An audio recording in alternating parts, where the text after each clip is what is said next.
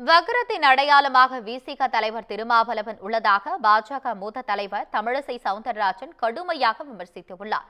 கள்ளக்குறிச்சி மாவட்டம் உளுந்தூர்பேட்டையில் அக்டோபர் 2ஆம் தேதி திருமாவளவன் தலைமையிலான மது ஒழிப்பு மாநாடு நடந்தது.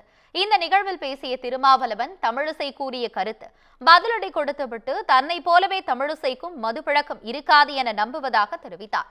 இதற்கு சமூக வலைதளம் மற்றும் பேட்டி மூலம் பாஜக மூத்த தலைவர் தமிழிசை சவுந்தரராஜன் கடுமையான கண்டனங்களை தெரிவித்திருந்தார். மேலும் சென்னை பாஜக தலைமை அலுவலகத்தில் செய்தியாளர்களை சந்தித்தும் இது தொடர்பாக பேசினார். அப்போது திருமாவளவன் நாகரிகமான அரசியல்வாதி என்று நினைத்ததாகும். அவர் எப்பேற்பட்ட மனிதர் என்பதை மது ஒழிப்பு மாநாட்டில் அவர் பேசியதன் மூலம் தெரிந்து கொண்டதாகவும் கூறினார். அத்துடன் வக்ரத்தின் அடையாளமாக விசிக தலைவர் திருமாவளவன் உள்ளதாக கடுமையாக சாடினார். தொடர்ந்து பேசிய அவர், விஜய் கூறுவது எதையுமே நம்ப முடியவில்லை.